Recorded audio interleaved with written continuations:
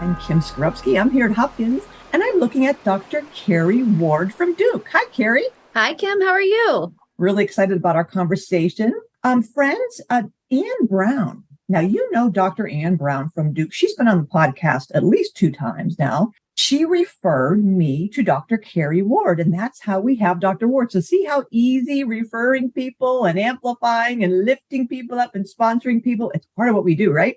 Well, let me tell you about Dr. Cary Ward. She's an associate professor of medicine at Duke University Medical Center. She practices in congenital heart disease and is making a lot of headway in a very new field or expertise of cardiac obstetrics. Super new and very interesting. Maybe she'll tell us a bit about how that came about.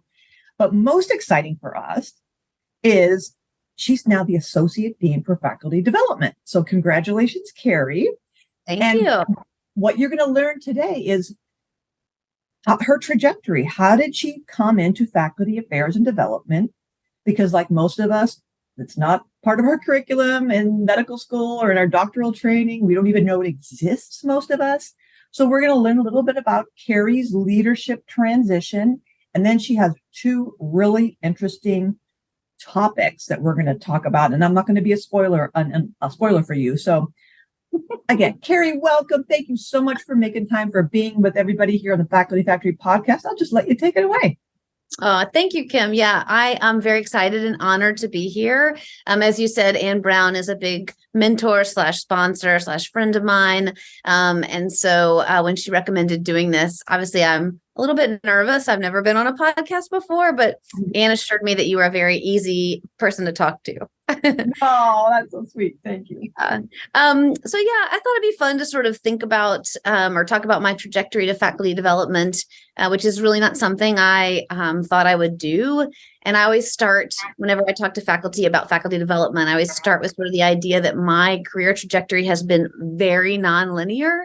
I think young faculty often think, we talk to them about their 5 and 10-year plan, and they think there's some kind of linear, goal-driven journey, and mine has really been all over the place. I do think it's important to know that I grew up in an academic household, so both my parents were college professors. So from a very young age, I have heard about faculty and tenure and faculty affairs and research, just all the things that go into being in an academic world. And so that piece comes very naturally to me. But I guess the first time, when I was in training as a cardiologist, I did congenital heart disease, as you said, and I actually developed this love for cardio-OB. But really my first kind of leadership role was that I was the inpatient champion for Maestro, which is what we call Epic at Duke.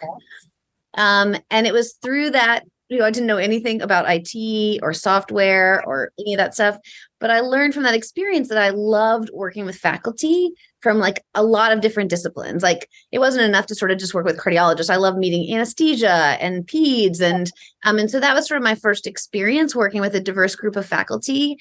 And then I sort of took on some credentialing work, which again is the job no one wants to do. Like who wants to do credentialing? But that too was like, I love that job because I got to work with the chair of medicine and I got to work with faculty, again, a diverse group, learn about their lives and what they do. And then I did the sort of mid-career women's leadership program here at Duke. And that is a program that Ann Brown obviously was the brain, sort of the thought leader on, and is actually based on ELAM. With the idea that, we can only send 1 or 2 people to ELAM every year, but why not spread this opportunity to other faculty? So that was where I got the faculty development bug. I loved every minute of that class. I loved all of it. And so after that, another leadership program, the faculty director position opened up. And that was in 2018. And I applied for and was lucky enough to get that job. And so that's kind of how I got into this space. And as I tell people, it really, like every day feels just like fun. Like it's not even this is a job that I get to do this. Like it's just really fun. So you got the title Associate Dean for Faculty Development back in 2018. No, that's a more recent thing. So that came just this August. So for the 4 intervening years, I kind of led this mid-career clinical leadership program that we administer through the office. Okay. So Thank you so much for sharing this, Cary. I love people's stories, and I think it is so important to share our stories because, as you mentioned, so many of us have we fall into this social comparison crap where we think, oh, they're doing it better, faster, smarter than me. What am I doing? Why am I meandering about? And how come I'm not more certain of what I want to do? And could we just take you back to the first electronic medical record? Ours is called Epic. Yours is called Here. What's it called? Here. Well, it's Epic, but we call it Maestro. They have to have a name it's or whatever. It's a lot more musical, so I love it. So you get this. Can you tell us what that was? Because you said I'm not an IT person. I was not big into you don't need to say gadgetry, but so you weren't like Inspector Gadgety and you weren't all IT. But what was the exact ask that got you to go, all right? And then what was the ask? How did that look? And then when you said you were happy to be working with a heterogeneous or diverse group of faculty members, what were you exactly doing? And I'm assuming you were training, but can you put us back there so that faculty can hear those kind of similar opportunities? And even if they're not into XYZ, they can do it. So how did that come about? Well, it also is actually a great story because, it sort of highlights the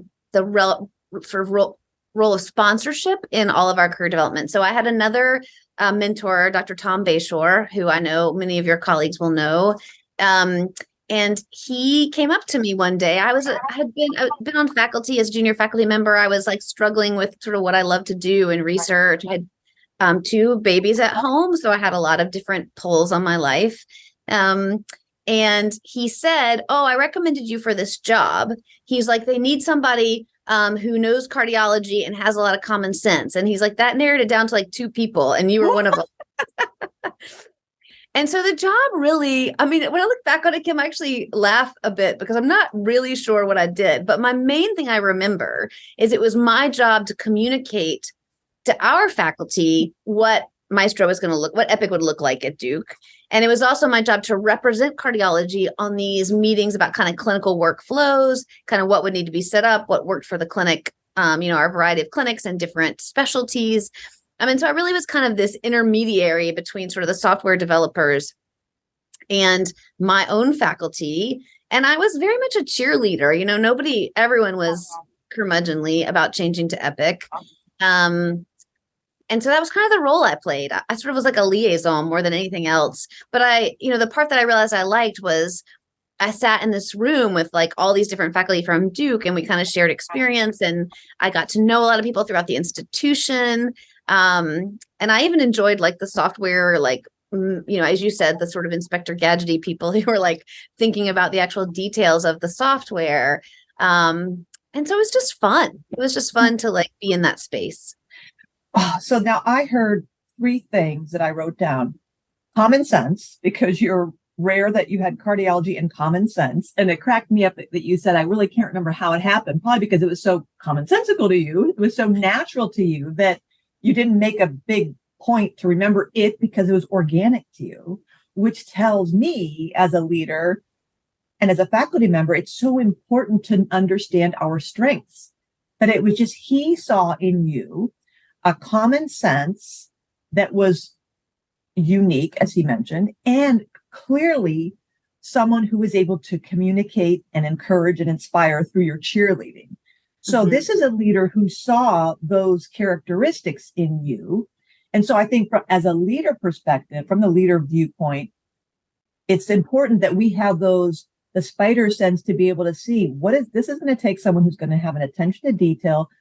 People are going to be crunchy about it. So they have to help people smooth out the crunchy bits. And they have to be able to be logical and commonsensical. That's the leader going, aha, Dr. Cary Ward. And then on the other side, as faculty members, as we're maybe trying to be seen, because the same thing happened to me, Cary. I was asked to run build a research mentoring program. I had no idea what a mentoring program was. And it was because, you're good at this, that, and the other. So the same thing. As a faculty member, leaders are watching us.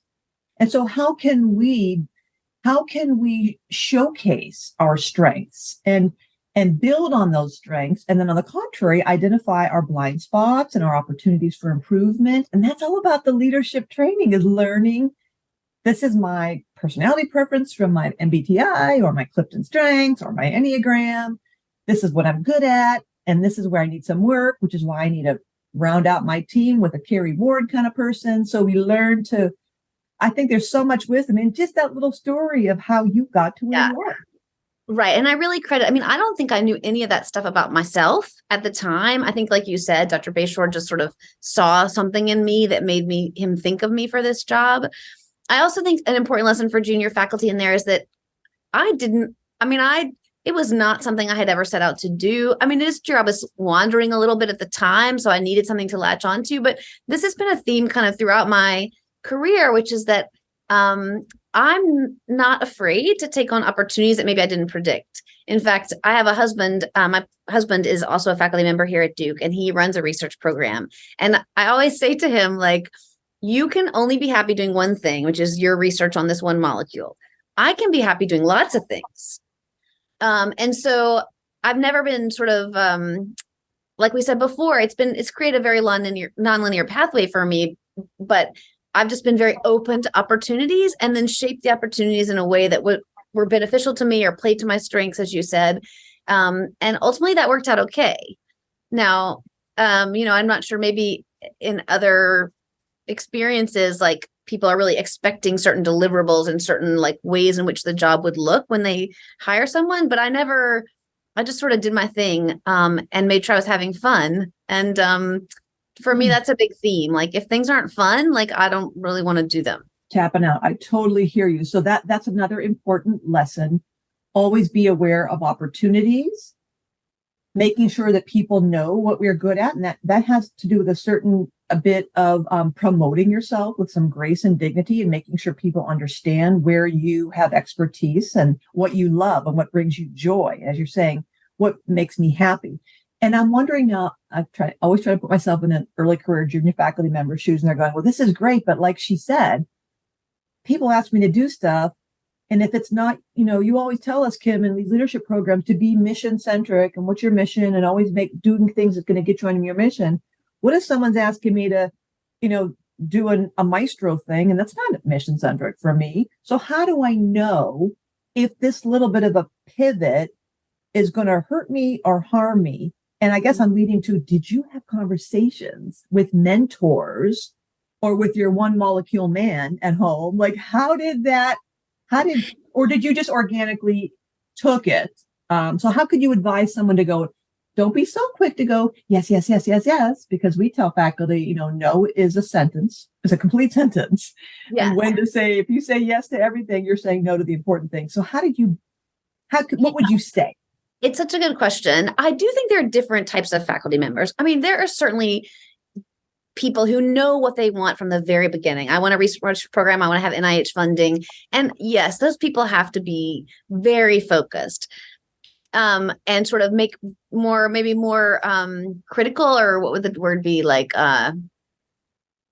informed decisions about things. I was at a little bit of time in my career when I was a little bit lost. And so it was kind of an opportunity to have another piece of or add something to my repertoire. So I definitely think, when we sort of talk to junior faculty, I do a lot of time management counseling here. And what I always, my husband used to say to me, like, again, very different people and very different objectives, but he would say, like, he would tell me that someone had called him to do something and he just said no. And I was like, well, how can you say no to that? And he'd say, because that doesn't advance my objectives. That doesn't make my research better. And so for him, that was the appropriate tactic to take. And he's been very successful. And he has never looked back. He never wanted people, his objectives weren't to have a lot of friends at work. And it's just very different. It's just that one molecule, That one molecule. That's all he cares about. So I think for faculty who have that drive and that sort of focus, their decision-making has to be very different. Yeah. But for me, as a faculty member who loved my clinical work and was really looking for another way to contribute to the academic mission, as you said, this was something I could do that, leadership was happy about, and I was willing to sort of learn about. And so I think it depends a lot on where you are in your career, what your goals are, kind of, I think everybody's situation is a little bit different, but I think the key about your point is to talk to people. I did talk to Dr. Bayshore, obviously, as a mentor. I talked to my husband, who has been a mentor of mine. And he said, "You're crazy to do that. Why would you ever do that?" And I did it anyway. I talked to leadership of the sort of IT group, kind of about what I would be doing. And I looked for other people who were doing it as well. And kind of as we were, one of the things that I thought about talking about today was sort of purposeful connectedness. Like, what do we kind of know about the people we're getting into things with? And I knew a few of the people who were doing this, and I was like, I could hang out with that person. Mm-hmm. Dr. Bayshore also gave me another piece of wisdom when he was the fellowship director here for a long time. And one time he said to me about applicants, he's like, "Cary, they're all smart. You just have to figure out who you want to hang out with every day."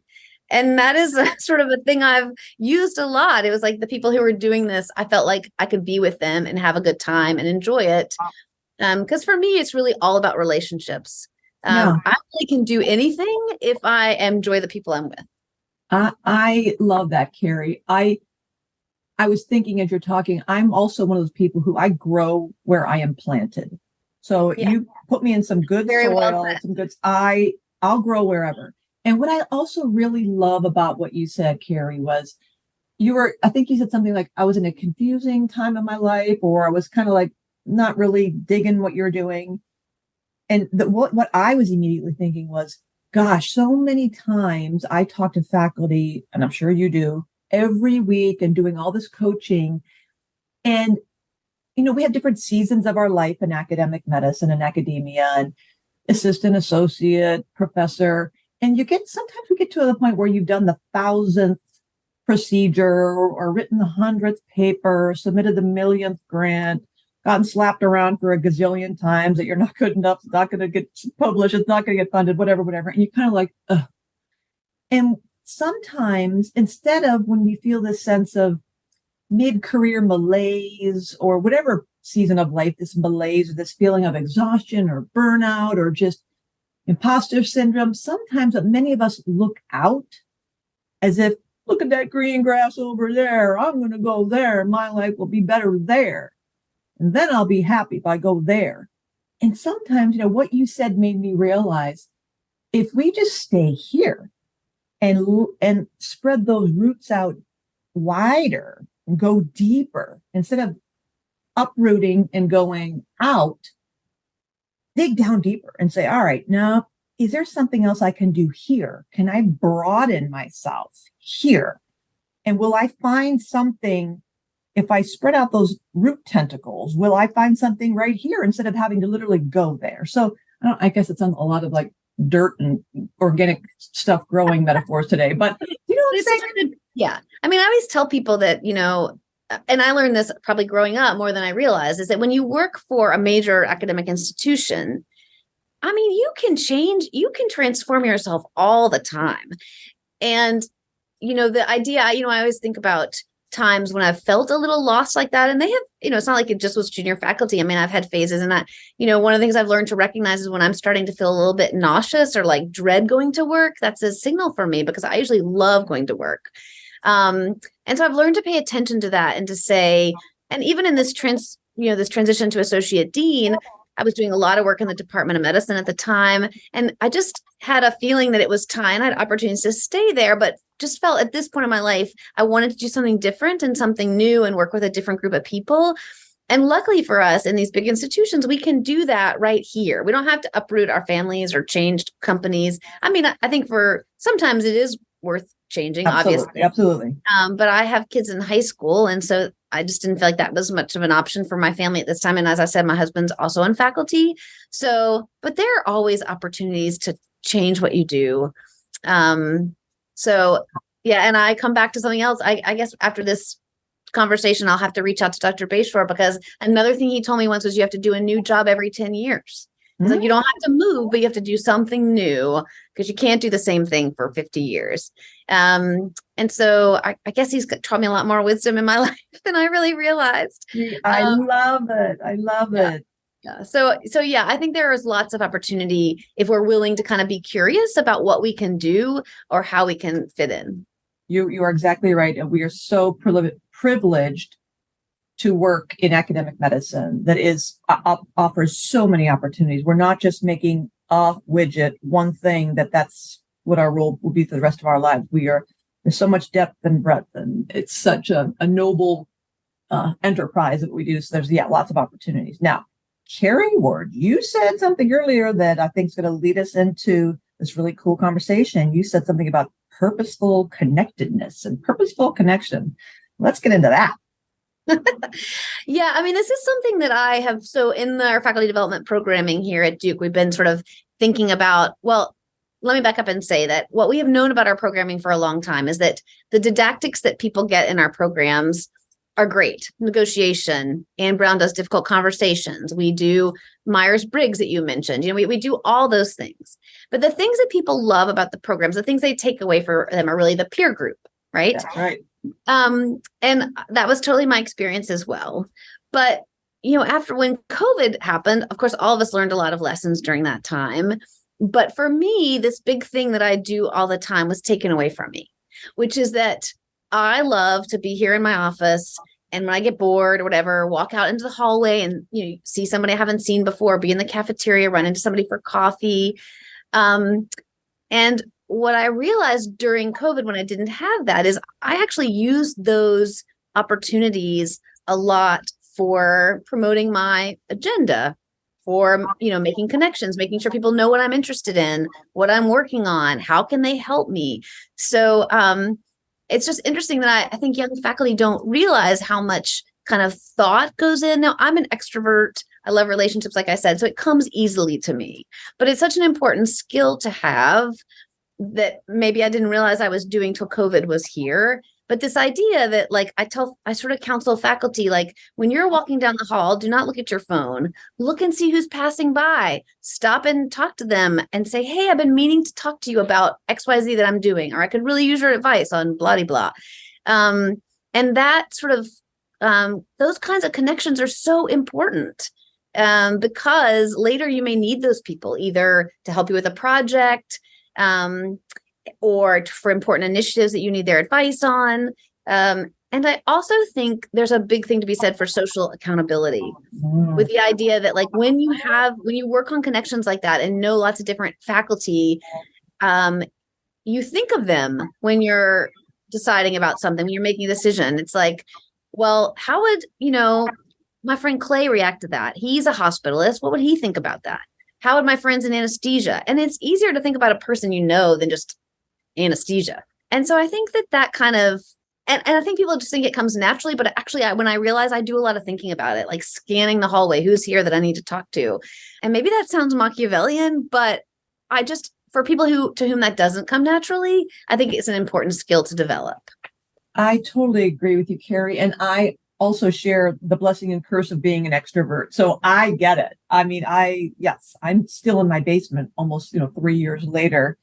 And I've, of course, adapted at the expense of a few, brain cells and I don't know what, but it's tough for me. And even when I go on campus, I feel like even some people are wearing masks. It's still that the masking is another way of cloaking yourself in invisibility. If I'm wearing the mask and we're supposed to be physical distancing. And so there's a little bit of that residual space between people and not making eye contact. And then I notice at the gym, it's always been the case with younger generations, always have earbuds in anyway. I mean, I've had so many conversations with young people only to realize they're not even hearing me. But so there's that kind of sensibility of darn, we can't have those water cooler conversations. Like you said, yeah. And even as much as gossip is, a negative connotation or negative word, you learn about, who's moving into this space or who's moved out of that space. And you learn little things about, this is important. I had no idea that this is the new vendor for that. And that's going to impact me. So just even little things that we would hear in the olden days, you lose all that. So that connectedness of even the minutia and the trivia and to what you're saying more decisively, those moments in life where you connect with someone that just kind of brings a little spark of, hey, that. Yeah, I told people like the serendipity of it is what makes it exciting, right? You don't know who's in the hallway when you go. Maybe you're going to see the chairman of medicine. Maybe you're going to see the dean. You never know.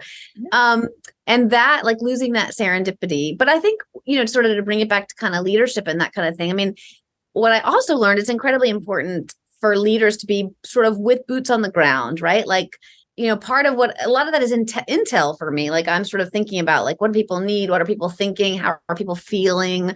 And again, I want to be sort of sensitive to the fact that not everyone loves to do that stuff. And not everyone is like, has like sort of skills there, but I still think we all should be thinking about that and use it as a way to promote ourselves, our agendas, our projects, ask for help. That those connections that we do sort of serendipitously are really important. Yeah. And Cary, also for our introverted brothers and sisters, I learned at our leadership program for early career women just last week, there are two things. What were they? Oh gosh. They put in the chat. There's something called the 8-minute phone call. It's either a book or a blog or a thing. It's a thing. The 8-minute phone call. And that is, you schedule that with your friends, your besties, knowing that it's only 8 minutes. So the idea is, you're not going to get into the whole, I can't possibly give Cary a call because when she and I get on the phone, it's a gab fest and it's an hour and a half and I don't have an hour and a half to kill. But if we know that Cary and I have our 8-minute touch point, it's just get down to business. Tell me how's that one molecule man doing? How's your basement doing, Kim? I mean, it's real quick, but it's that 8 minutes and they're like, it works. Everybody's just kind of, they do group calls. And then the other thing was, another faculty member shared, she's like, it's called the council, not the council of elders. I'm thinking of like hobbits and the council of something, but they made it called the council of wise women or something, but it's just called the council and it's in their calendars. And so their husbands will say, do you have a council meeting? Like, yeah, we got a council meeting. It's going to be late. And it's always, they call themselves the council, and the council will get together for happy hours and for conversations and for Saturday morning runs. But they make a thing and make a point to put in each other's calendar. So my point is, if you're not comfortable going out as the extrovert and running around and hugging people like I always want to do, you can engage in activities that are a little bit more laid back and not so in your face. You could be with one-to-one or small groups of people that's more comfortable for introverts. Yeah. And again, like, if that's the nice thing about the walk down the hallway is it can only last so long because you're both going somewhere else. So, I know in the AAMC, seminars or faculty development seminars, they also often teach about the elevator speech.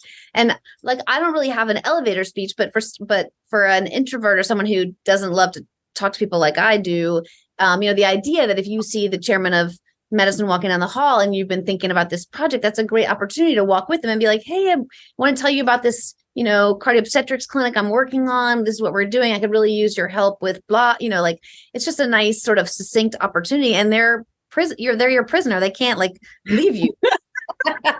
So they can't say like, I can't talk right now, because you're just walking.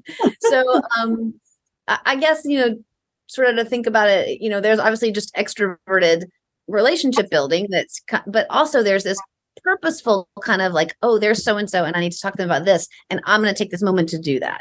That's right. And I like the emphasis on purposeful, that if this is a challenge for us, we can, put it in your calendar for once a week on a Thursday. When I go in, I'm going to go to the cafeteria and I'm going to meet somebody for coffee, or I'm going to say hi to 3 people. Or when I go to my next professional conference, in person or even on Zoom, I'm going to make it a point to attend the breakout where blah, blah, blah, or go to the social networking for 10 minutes. I'm going to make sure I meet 5 people. You can do it in little bite-sized bits, but, take that in and see how that, how you think about that, how you feel about that. Makes sense. Yeah. I mean, I even counsel young faculty to meet with an important person, however important is defined to you, once a week. So either you see them in the hallway or you make an appointment in their office, or you purposely go to the cath lab when they're cathing. I mean, in other words, like, so that you have that people are seeing you routinely and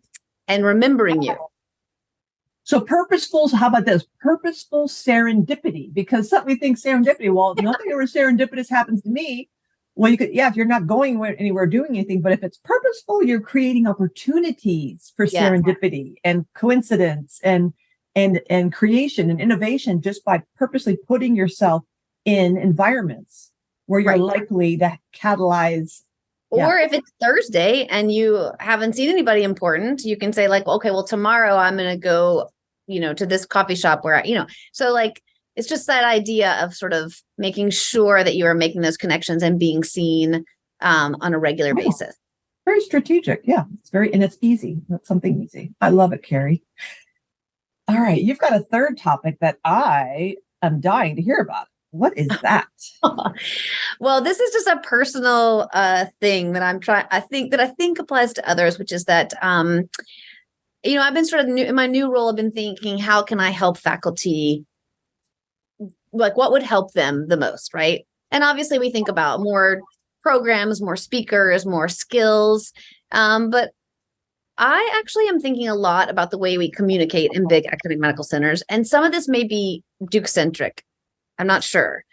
But I think faculty are getting killed by their email. And there's email, and then there's your Epic in basket, and there's your pager, which I think is less of a thing these days. And so I've been trying to think of a way that we could communicate with faculty about things that were important to them in a way that was not via email. Because I feel like our faculty, I don't know what the Hopkins faculty, but our faculty are always like, oh, I didn't know that was happening. Like, where was that? All the time. Yeah, because we set up these rules in our in basket, in our inbox to like take things out, And so wouldn't it be great if when you went to your email, it was all like just personal things from people like that were directed to you, and then you would know what to answer, and everything else kind of came in some other format. So and this is really a new thing I've been thinking about, but I talked to my daughter who's an undergrad, like, how do you know what's happening? And, I'm not sure that social media is the way to go, because I think some of this we would want behind the firewall, but I just laugh, like my Weight Watchers app, like if I log Chobani yogurt, it says to me, hey, you've logged Chobani yogurt twice. Do you want it to be a favorite?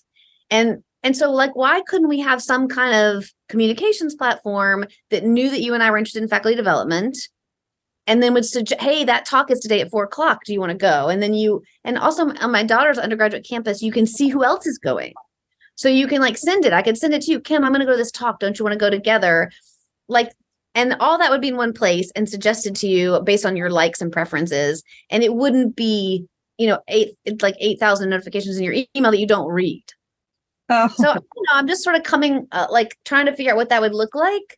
And I'm not even sure it's possible. But I do feel like possible. It's possible, Cary Ward. Oh. Yeah, it's like, could we have a social media app that was specific to our institution? And there are, my daughter's university, like they purchased a third-party software that does this. I don't know how perfect it is or adoptable, but wouldn't it be nice if like all the sort of university-wide stuff was suggested to you on your phone as a notification, you synced with your calendar, but the email was like something from Ann Brown, something from Kim, something from, whoever. It was specific to me. Oh, Cary Ward, you and I are sisters, because this is, to me, precision faculty development.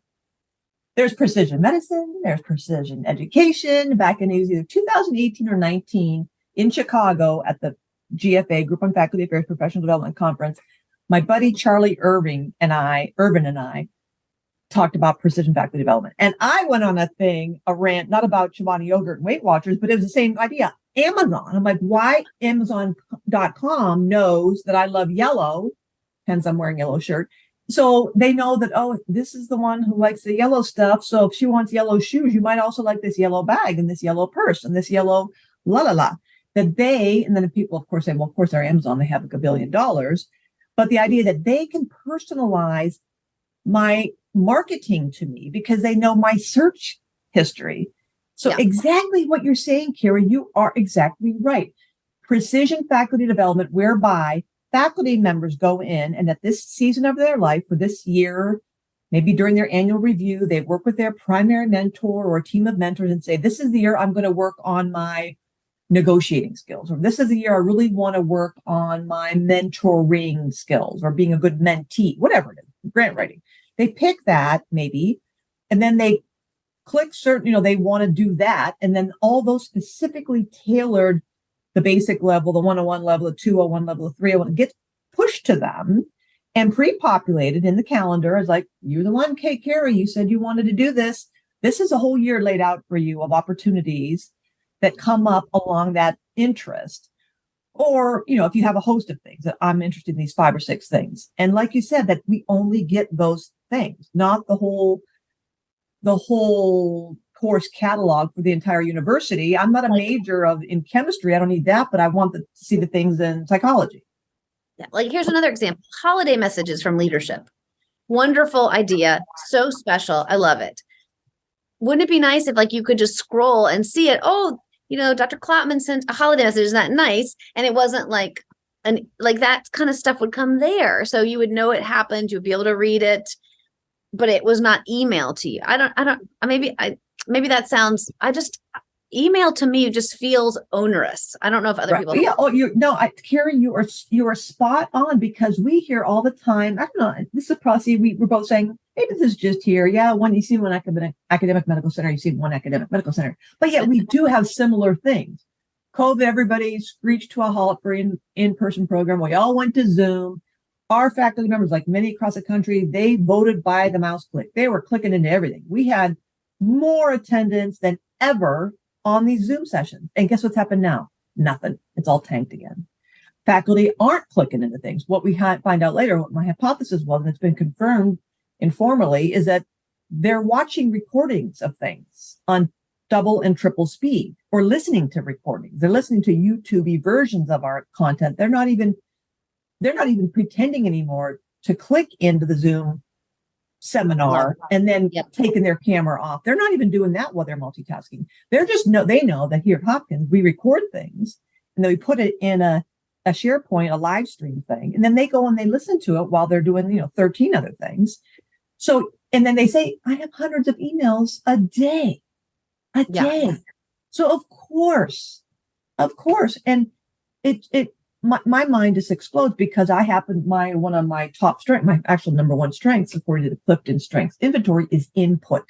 So I'm one of these weirdo people who reads every email I get, because my brain wants to know everything, because then I sort and disseminate and hand off and move and organize. And I love that. So I get annoyed when you didn't read that. How can you not read that? It just takes 2 seconds to read it. I'm your worst enemy, Kim. I'm your worst.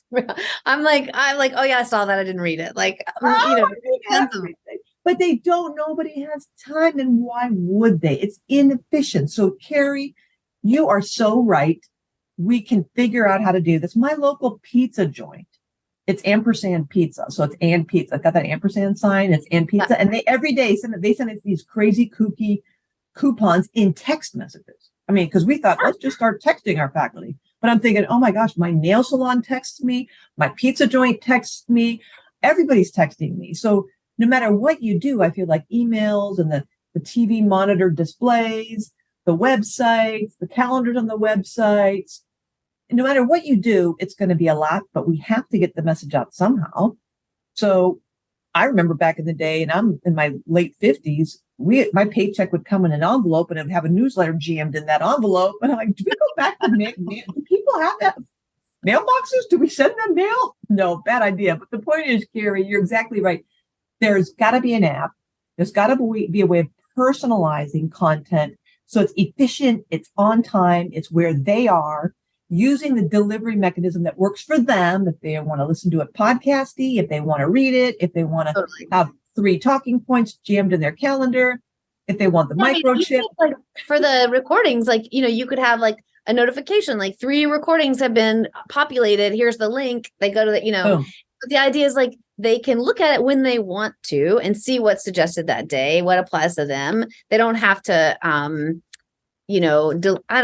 just think there's so much better way to do it. And I think we could harness some of that kind of stuff that we've learned from social media or the software that's available and do it. So anyway, that's sort of the newest thing I've been thinking about. And I'm with you. I think precision faculty development is a great name for it. Content curated for our faculty, almost like personal librarians or personal concierge. Imagine yourself at a boutique hotel and you just go, oh my gosh, are you the concierge? Wonderful. Oh, Cary, I'd love to have a massage at 11. I want to do Pilates at 1. I want to go for a bike ride there. And then I want a healthy Mediterranean style dinner. And then I want to watch a really great movie, a French, whatever, romance. Oh, Cary's like, on it. And you personalize those experiences for me. Why can't we do that in academic medicine? I share your curiosity about this, your excitement about it. It's doable. It does take an investment. So I don't know how to do it on the cheap. And we've tried doing things like a platform where it would be almost a fillable document of click the things you're interested in and then having that content pushed directly. But Cary, it's the same thing. They still end up getting an email and they can't keep up with it. And then we get things like, well, can you give us these opportunities, 9 months in advance? And I'm like, oh my gosh, we're already trying to schedule things 6 months in advance. Now we're trying to schedule things 9 months and 12 minutes in advance. And then it gets to be this big logistic nightmare. And then we'll schedule these things and 45 people have signed up and then 12 show up. Yeah. So it's well, that sort of thing is a whole nother podcast about the idea of timing and programming. People want it way ahead of time, but then, it's so, it's wonderful that we have this diverse group of faculty of a lot of interests and also hard to tailor programming that makes everybody happy. But at least this precision faculty development would give them the opportunity to decide what they want and when they want it and, make decisions without jamming up their email inbox. Yeah.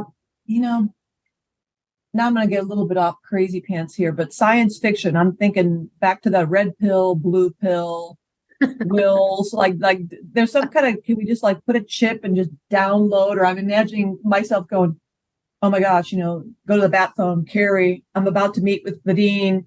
Can you help me remind me the top 3 things that I have to do as an extrovert who tends to, be really impatient? What do I need to do? And you just jack it into my brain and be like, that's right. That's right. Yeah. This is what you do. 1, 2, 3. And I'll be like, okay, that's right. Or the Cyrano de Bergerac-ing me of you're just with Kim. We're sensing your blood pressure's going up. Take a deep breath.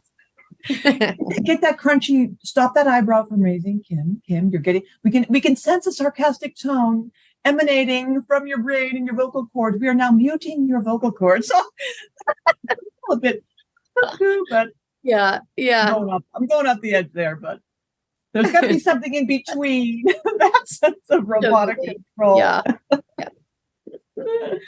Oh, Cary, this is so fun talking to you. I love all your stories. Thank you so much for your honesty and sharing so much about how you got here and your obvious passion and love for faculty and trying to help and make their lives better and easier. And that's why we do this job, right? It's common sense for us to want to help others. So thank you for doing it. I always feel, I'm sure as you do, I always feel so lucky to work with the incredibly smart, fun, talented people I get to enjoy. And that's what makes me want to help them because I never cease to be amazed at the things that they do and think of and say. And so it's really a privilege to get to be in a position where I can make their lives a bit easier or more interesting, or maybe with less email. I feel very lucky to be here. Ditto. Dr. Cary Ward at Duke, thank you so much for spending some time with us on the Faculty Factory podcast and sharing your wisdom. Anybody listening in, wasn't this a great conversation? Wouldn't you like to be part of it? Why don't you drop us an email at facultyfactorykim@gmail.com, facultyfactorykim@gmail.com, or go to thefacultyfactory.org. There's a way to get in touch with me there. Sponsor someone else to be on the podcast. We need to share all this wonderful things you're all doing. So again, Dr. Cary Ward, thank you so much. And until the next time, tune into the Faculty Factory podcast. Bye, Cary. But thanks, Kim. It was great fun. Thanks for tuning in to Faculty Factory Podcast. The mission of the Faculty Factory is to build and support a community of leaders in faculty development who share tools, resources, wisdom, and encouragement in service to our faculty members, schools, and institutions. We encourage you to go to facultyfactory.org to find out more, get in touch with me, ask me any questions. Maybe you want to be interviewed on the podcast. Thanks for tuning in to Faculty Factory Podcast. We'll see you next time. The Faculty Factory podcast and website is sponsored by the Johns Hopkins University School of Medicine Office of Faculty. For more information, visit facultyfactory.org.